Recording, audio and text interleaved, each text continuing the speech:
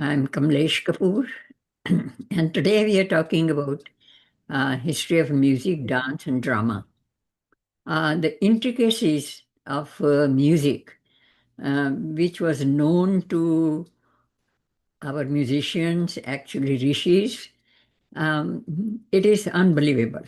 The depth in which they went and the analysis of the voice and its different scales and the arrangement uh, and the sound, where it begins inside the body and where it comes from outside, how all of these things are absolutely mind-boggling. And personally, music is one of my greatest passion, and I hope I am able to explain the greatness of Indian classical music and its antiquity. So we begin uh, by the theme and the thrust, where I am taking you to. The Because there are so many myths surrounding it and the history of music. Some say it is from Persia. Some says it is uh, from um, from Tansin brought it, and a whole lot of nonsense. So, and some even label it barbaric lore, whatever that means. So, antiquity of music, which is the word is gone, that which is sung, is the most distorted topic. So, treading through all those myths surrounding music seems like moonwalking, because you are separating the clouds and illusions created by a lot of propaganda and political assumptions and bias. So, Gandharv, it is known as Gandharv art. Actually, there is Gandharv Veda, Upveda. So, it expresses the spirit of excellence. You see how the beauty around us, uh, its excellence can be expressed in a very appealing way. So it's a pursuit of beauty, and it is some of mankind's highest aspirations. What are the original sources? Vedic hymns, they themselves are in lyrics. Music is there. Samved especially teaches how to sing the Vedic hymns. And then there is Nardi Shiksha, which is mostly used by the by later music teachers and musicians. Nardi Shiksha. Surprisingly, I found that one of the original ragas mentioned in that was Yaman. And even though later on, Yaman itself is in another thought. So we'll talk about that. This session will discuss diverse traditions. So Indian dance, drama, they vary from region to region. Then there is a spontaneity in which people express during certain seasons. And some of that is bandish in rag. Some of them are just spontaneous expressions, and that is called folk music. So that varies from even village to village. So the word music is music word. I mean, our word is gan, sangeet. Music is from Persian word mausiki. So those people who are um, Persian poets and they render it in music, they call it mausiki. The Vedic chants were meant to be sung, as the meaning of the word Gayatri suggests. Gayatri means that which can be sung. So, which means not just Gayatri Chand itself, but all the different chandas that are known, about 56 of them are currently known, not used. And so those are to be sung. There's a lyrical quality to that. So singing devotional songs, chanting, dancing, but all part of various devotional ceremonies, and even with each of the 16 samskar, the music is associated with that. So the lyrics have meter and rhythm. Even dragging a note a little bit, you accent one note a little bit, it destroys the rhythm. You try singing Gayatri Mantra and see if you drag one note and how the whole chant is destroyed. So there are 56 rhythm schemes, and I have mentioned that. Some of this thing is mentioned in earlier lessons, also sessions, um, with different dynasties and who were the musicians and musical renditions which were given in certain periods, uh, the reign of Guptas and like that. So dhwani, origin of sound. Dhwani is nad or sur, a note. And the starting point is nabhi. The sound that comes from nabhi, if you sing om from the nabhi, it sounds exactly like the primordial sound of like it's coming from the first note of the lowest octave. So repetition of the same chant is suggested because dhwani has to travel not just within the body from nabhi to the nose, but dhwani has also to change the outer atmosphere and it is scattered in every direction. So repetition of the chant or music is considered necessary because first time and when you are saying something, the lyric, you are speaking. Then the second time when you do it, you also listen what comes out of the mouth. You are listening. Then listening and feeling the vibration. The third time you listen, you are listening to it evokes a certain feeling and creates a certain vibration. That vibration is evoking different moods. Now it is getting into the mental aura of a person. So different moods. These moods are not your original mood.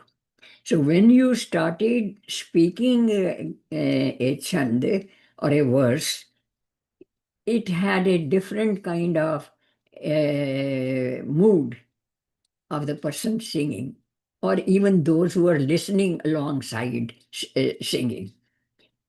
By the time you do the fifth time, it reverberates through the entire body, and that alone kind of remains for a while. Just like any song you sing and keep singing, the whole day you know that song will keep on coming and keep on reverberating. So that is the purpose. Some people say, why we do it 11 times? What is so sacred about that? Why 5 times? And, in the Vedic ceremonies, they say this verse in 5 times or 3 times. Om is said 3 times. So, besides other connotations of that, we are concerned the musical effect of saying it or repeating it. So, it is not just entertainment, music has a transformative effect.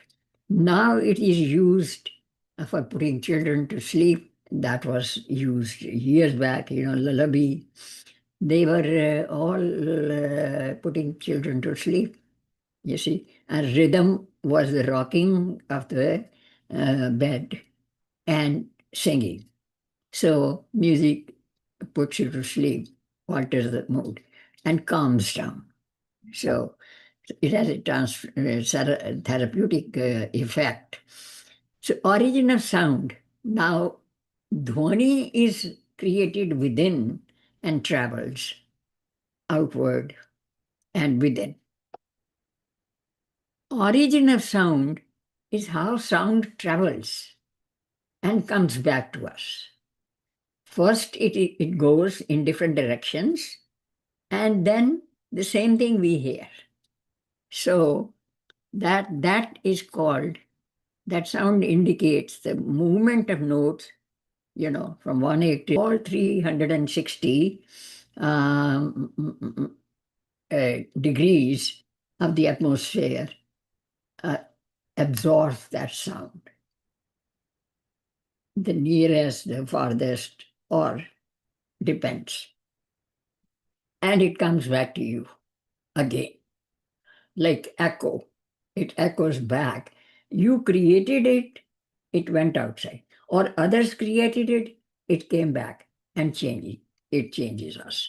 So musical renditions are part of emotional response to environment.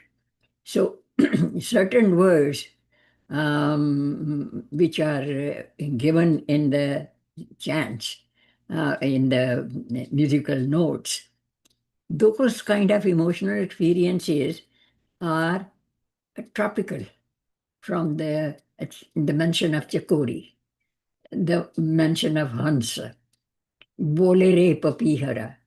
Where is Papiha in Europe or in Arabian countries or in Russia? So these kind of things indicate that the origin of the lyrics are very much coming from the tropical areas such as India. And from India, it went to other nearby and even far away countries. So, so Indian music creates vibrations which change the inner aura. So that is what the actual effect of the music is. So in appreciation, those who are listening, their heads move, you know.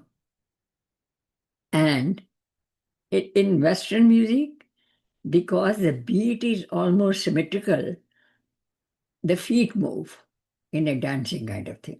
So the effect is, one is a spiritual experience, the other is the sensuous experience, sensory perceptions.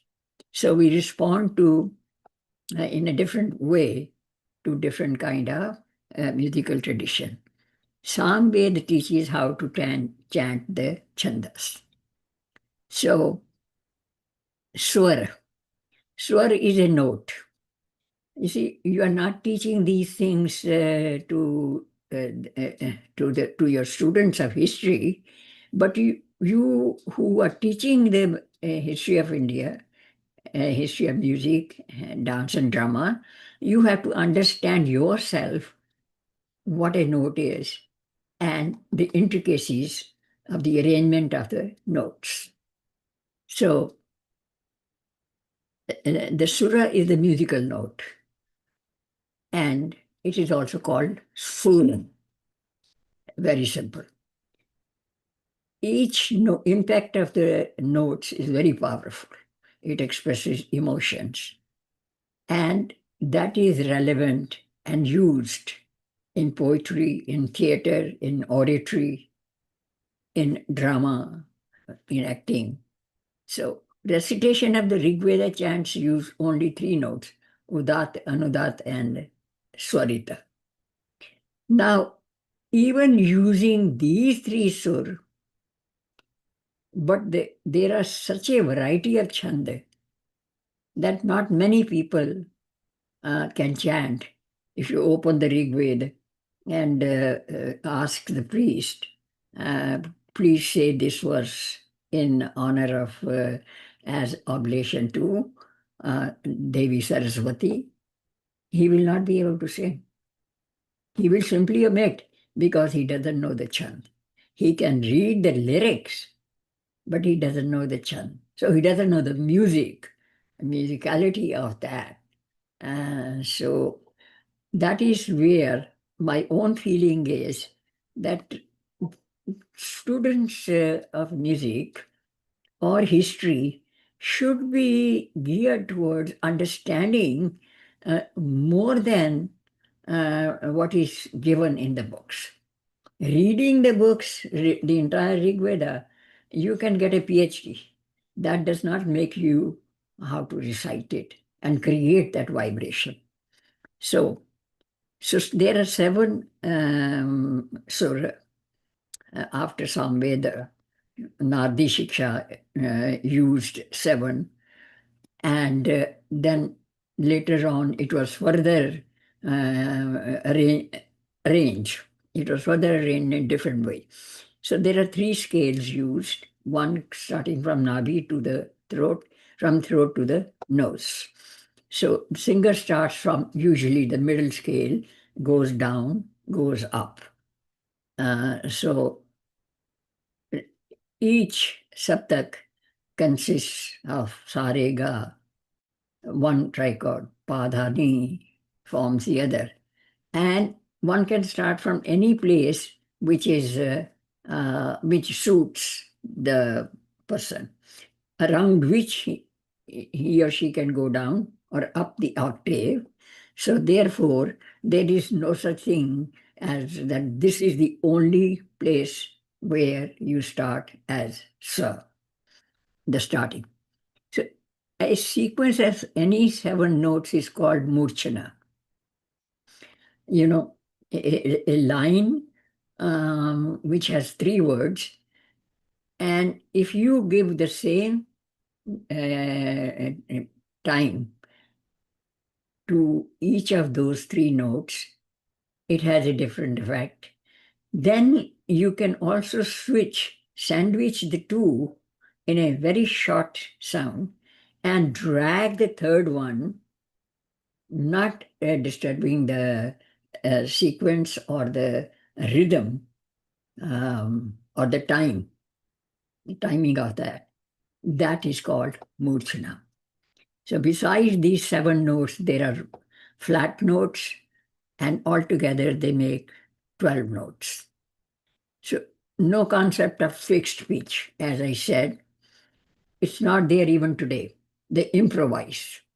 Each person starts, each singer who is a musician starts from one point and he moves around in his own way, improvises, and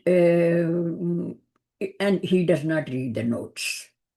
Because if you look at the notes, then you are not able to improvise it the way your own mood or rendition are concerned.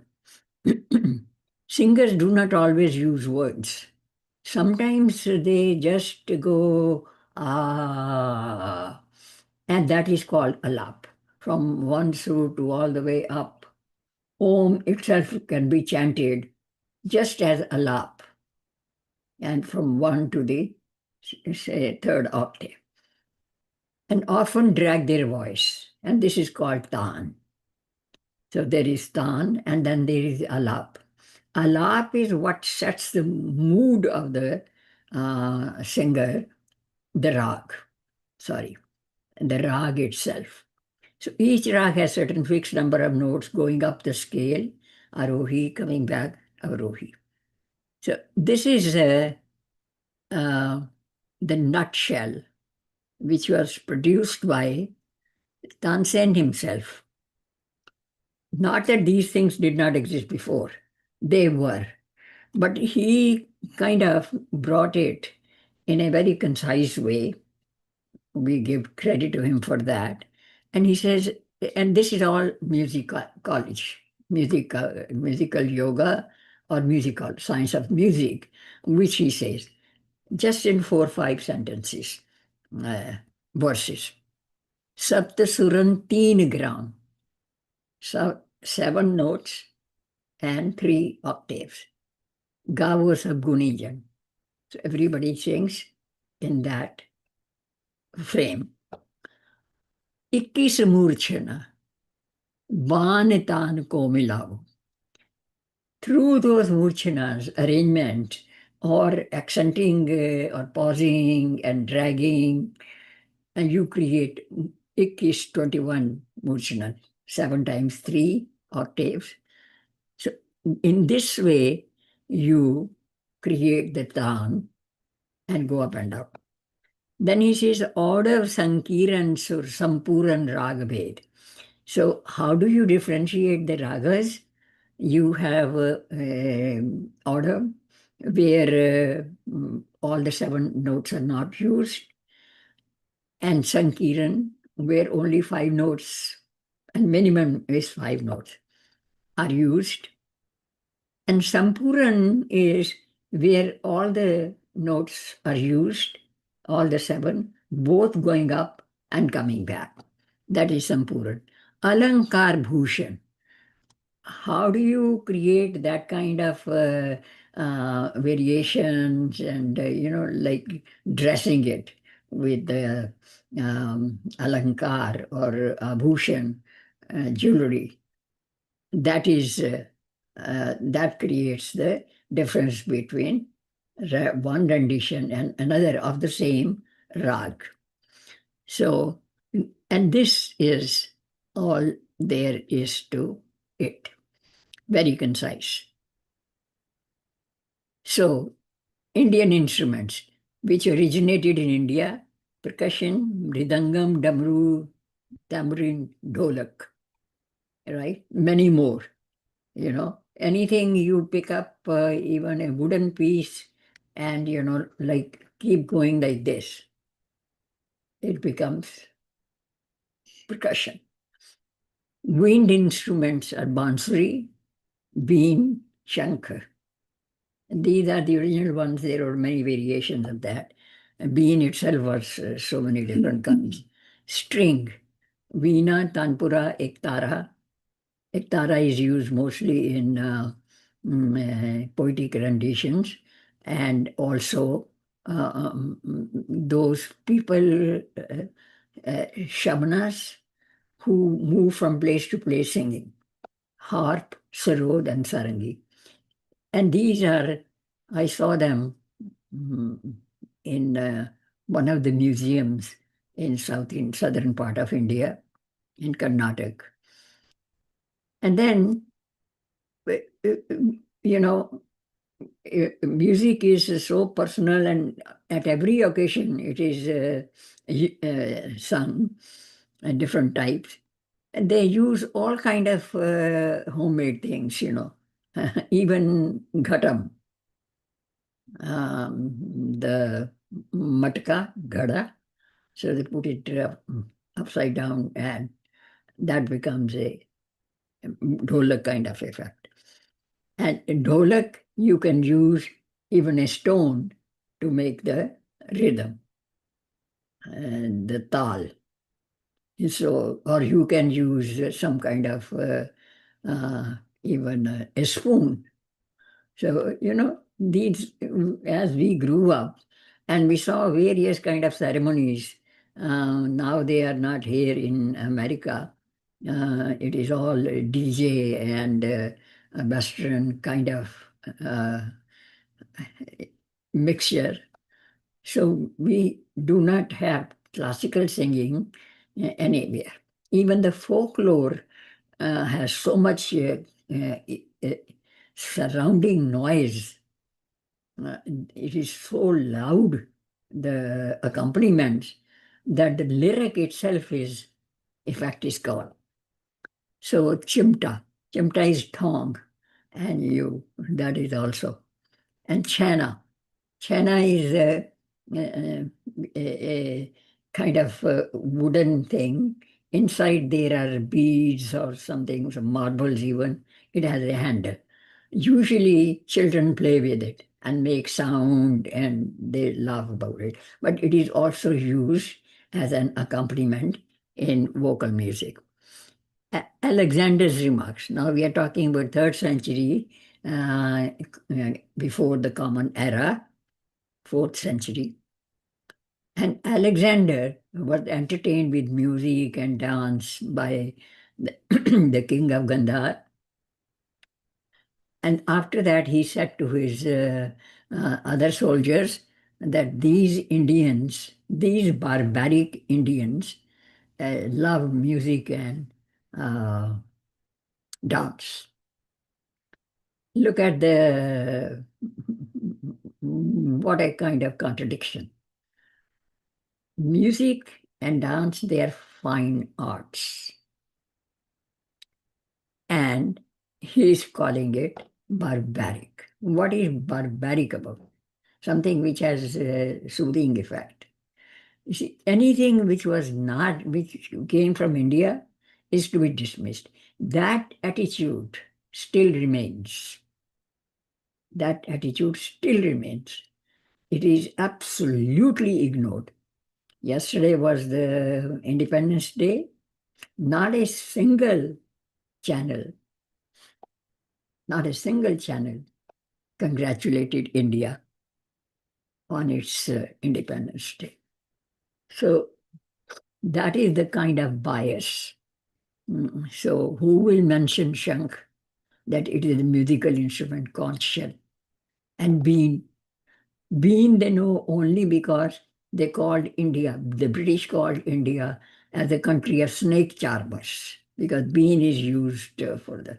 And dugdugi, damru, which looks like, I'll show the pictures, an hourglass. So how can they be primitive?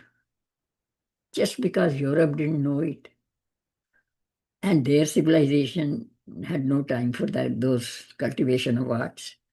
So music is part of daily routine. Even those people who are now women or men who are busy doing their things in the morning, the routines, they are still chanting, singing. So it's essential part of each festival. In Holi, there is music and there is singing and dancing in the and in this entire system. Most of these modern teachers of music, online courses they give, they say Tansen created this rag and Tansen created that rag. Those ragas were there before also. And I'll explain how. This is an instrumental music, Veena. Did I skip something? Okay, instrument. So it is Veena. This is the original Veena, which is called Narad's Veena. And then there is Miyur Veena and 100 different Veena you will see. One bigger, one smaller, with different kind of. First, it had 3 strings when they were doing the Vedic hymns. Then it became 7, and and then these are all the instruments that were created in India. So this is the bean, and this is mridangam. And when you cut it up from here, it becomes tabla. And all of these instruments, ektara, chana. So you can identify all of them. Yes, there is one which is called Jal Tarang. I don't, this is Matka, Khatam. So Jal Tarang is a very interesting uh, instrument, not an instrument. What they do is they arrange 21 small little bowls, and each is different uh, size, and each is filled with water to a certain different level. So when they play on the edges of that bowl, it creates the sound of as if the waves are moving. So that is why it is called Jaltarang. And for that instrument, there is no English word because they have never used it. So, and this is that damaru that is called the most original instrument used by Shiva. So, the beginning of creation, damaru. And then, so instrumental vocal rendition is accompanied by several instruments. You can have the whole orchestra, or you can have just a few. Uh, the simplest is tanpura or veena and mridangam, and that is enough. Uh, Several decades back, in the 80s, Hare Krishna people they created a Mahabharat play with only three artists.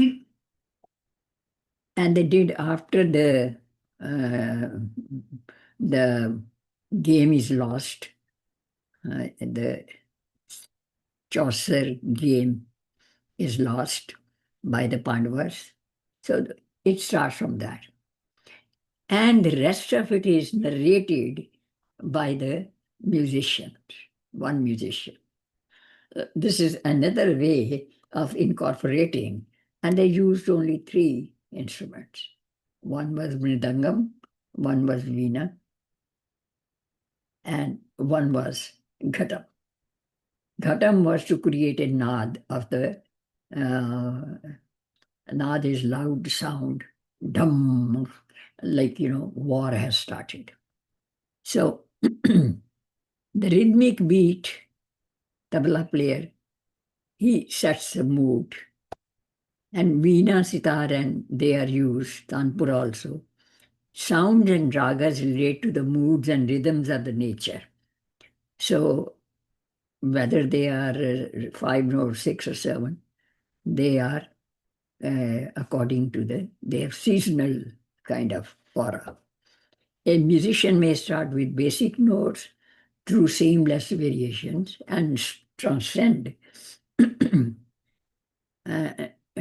such a point that the audience is uplifted in a different aura. In the post-Vedic period, many new ragas were added, and they say currently there are 72 ragas. So beats or matras are called tal. So tals are rhythmic beat. In most of the Western music, it is two or three types of beats. And they continue repetitively. In Indian music, when they are doing the beats and the tal, they come back after the 16 beats, teen tal, they come back to the original point. And same with Kerwa, where you do the eight notes, 8 beats. So all different beats, they add to the mood and the rhythm and maintains the lyric itself, lyrical rendition within a certain bound. So division in tala and stress on the first beat is called sum. That is where you come back after the cycle is completed.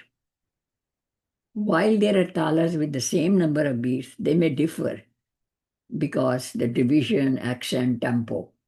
If you go fast, it creates a different tempo.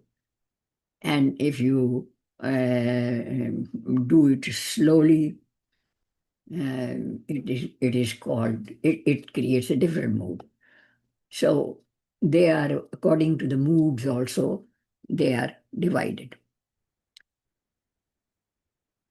There was an interesting musical rendition um, where inside the palace, the prince dies, he is killed. And the rag that is played is Jogia, which is the rag of sadness, karunras, compassion, sadness, um, very, sad rag. And outside, the civil war is going. Now, how do you combine these uh, two moods? One is Viras, the other is Karunras. I asked my own teacher, how do you do that? And he says, forget about it. You are kind of involved in too many intricacies. But actually, there is a way. Nad was what was creating the Viras. The inside music rendition was creating Karunras. So you can create an opposite effect. Same with the Basant Bahar. The rag is very, uplifting, elevating feeling. When it comes to Basant, there is certain kind of indolence, a little laziness, change of season, summer is coming, that kind of aura. So uh, uh, you have now combined two different moods. One is of indolence, the other is of uh, Shangar, celebration, you know. So musicians do that kind of magic. So ragas change according to the season. An example is monsoon season starts with Malhar. Grisham is different ragas. And Basant is Basant Rag. Bahar is Bahar Rag. Kafi, Holi. These are all related to either seasons or seasonal festivals. So it responds to the environment and the nature. So, and then they are also sung according to the time of the day. See, these are interesting kind of things that same notes played in a different way or in different combinations, they create different kind of aura. In the morning, you start with Bhairav and Todi. And that has if you ever listen to music in Gurdwara, they start at 4:30 and they start with Bhairav and Todi. And then as the day progresses, they change to Asabari.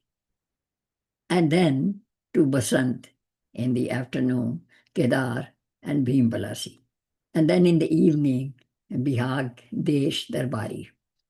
These are romantic kind of ragas, Shringar ras, and also Bhakti ras, so on and so forth. So musical compositions express and release flow of 9 types of emotions. I mentioned the concept of rasa, that is 9 type of emotions, which are compassion, karuna, as I said, sorrow, pain, mirth, and ludicrous. You see, you're laughing and, being ludicrous. Depression and disgust, vibhatsas. Anger, rodra ras. Amazement, adbhut ras. Peace and quiet, shant ras. Veer, veeras. Fright, bhay, bhayankar. 9, Shingar, love, devotion, surrender, shanti, tranquility. So these are 9. Out of 7 sharp notes, 5 flat notes. Most of the emotions which are pain and tragedy, they use flat nishad. and flat rishabh, the second and the sixth note. By changing the beat of the mridangam, you create the desired. So, sound and vibration express reverence, devotion, surrender, all kind of purposes. Changing the state of mind. Changing the state of mind is what? And nowadays, halfway through the music that is played by DJ, you go to the corridor and you can listen the same. Only the sound has toned down. You see, the sound is so overpowering. The musical instruments overpower the lyrics. And the beauty of the lyrics and even musicality of the singing is gone. Now we come to dance, Natya Shastra. Tradition of dance in India is as old as the origin of music. You see, Natya Shastra was written by Bharat Muni, and Chidambaram temple uh, shows Shiva doing Bharatanatyam dance in that pose, and that Nataraj is the dance of Shiva, the time of creation to the time of annihilation. So it has 108 poses and there is a cyclicity, repetition, Brahmari. The endless Kal Chakra going through creation, transformation, and destruction all can be created in dance form. Cosmic dance of the subatomical particles of matter. Subatomic particles of matter. That is how modern physics has shown about the dance, Tandav dance. Modern physics has shown that the rhythm of creation and destruction is not only manifest in the turn of seasons and the birth and death of living creatures, but is also the very essence of inorganic matter. You see, the pattern in the nature is rhythmic. If you listen to the birds, there is a certain kind of music at certain times and then certain kind of cooing at different times. Music and tal, they are basic to the nature of the things. So cosmic reality itself is a continuous vibration between energy and consciousness. And that rhythm is music. So it is comes naturally. And this is not Raj. This is Damru. See? And this picture I have already explained. So Damru is the creation. Okay. And the dance and theatrical arts, they are interwoven. Same as in music, we have creation of moods and arrangement of ragas and bandish creating. So what is different from music is music, some people, just take a bench and sit and do the recital. But dance and theatrical arts, they require a proper kind of stage. So the terms used in Sanskrit a long, long time back was Rangamanch, Rangamahal, and revolving stage, where one scene ends and it is not that the curtain is drawn and then the next scene comes. No. The stage revolves in a chakra. The next scene is already ready. And these are the intricate parts of the setting of the stage. So Natya Shastra explains the guidelines of Natya, that they are the dramatic elements in dance performance. The text teaches nritya, rhythmic movement of the body. Both Natya and Nritya elements shows different rasa and mood, bhav. Bhab is mood, ras is the feeling. Four techniques are used to convey the theme. Body gestures, abhinay, acting. So dance is acting, whether with eyes or with the uh, body language. Vachika, music, lyrics, rhythm. Ahare, makeup and costumes. Sattvika, physical manifestations of a mental and emotional state. These techniques were used long, long back. So Bharat itself, Bharat Muni, was of course a rishi, but Bharat also stands for three vital organs of dance, expression, melody, and rhythm. Bha stands for expression, Bhab. Ra for rag, melody. Ta for tal, beat or rhythmic cycles. Therefore, Bharatanatyam is the dance of expression, melody, and rhythm. So currently, this Nardi Shiksha or Natya Shastra is not available to everybody. But Nardi Shiksha, I don't think the entire manuscript is available. But the best available Natya Shastra manuscript is by Abhinav Bharati, commentary written by Abhinav Gupta of 11th century CE. Other than Bharatanatyam that I showed, the most famous classical dances are Odissi from Odisha, Manipuri, Kathakali, Bharatanatyam, of course, Kathak and Kuchipudi. They are from, Kuchipudi is from Kerala, I think, and Kathak is mostly popular in northern India. Mm, a Kathak word, they say, comes from what started by the Mughals. What Mughals? Kathak base word is katha, storytelling. So Kathak kar.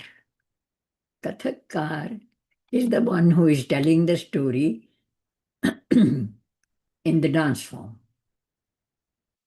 Kathakar tells the katha in in the dance form. And the dance itself is called Kathak. So, and besides that, there are folk dances. So, classical Sanskrit literature is mainly into Drishya plays, Shravya poetry, and then broadly speaking, dramatic literature is Drishya and prose poetry is Shravya, listening with ears. India has a long tradition of theatre arts. For centuries, the story of King Ram has been dramatized. A 9-day long performance is staged every year in most of the country. And then the drama ends on the 10th day when Ravan, the king of Lanka, is killed. Usually, Ram Leela starts, and during the daytime, it's a continuous drama going over 9 days. Obviously, people are not free during the daytimes, and the effect is better in the at night. So when we were young, Ram Leela used to start at 9 o'clock, and sometimes he used to finish by 2 o'clock. Sometimes on the day the Ram gets Banwas, so, going to forest, that continued up to 4 o'clock. And the day Lakshman became unconscious, that went on up to 4 o'clock. And we used to sit all through it till the end. And sometimes we used to wonder if the actors were the actual Ram. You see, to a child's mind, the person who is playing Ram is Ram. That image is there. So that is also the basis of the faith, origin of faith, where you consider that person portraying is actually Ram. So then there are basic parts of the drama. There is the court jester, Vidushak. He creates the comedy element. Nepathya in the back, that is used for background music. Sometimes they use for prompting for dialogues. And then there is Nayak, the hero, and then Naika, heroine, Khalnayak, villain, and of course the prompter.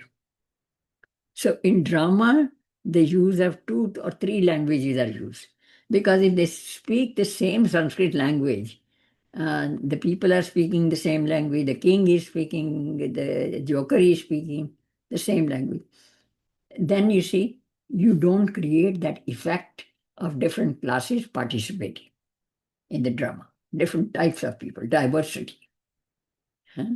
So not everybody was speaking Sanskrit all the time. There was Prakrit used, sometimes Pali was used, sometimes even local dialects were mixed up.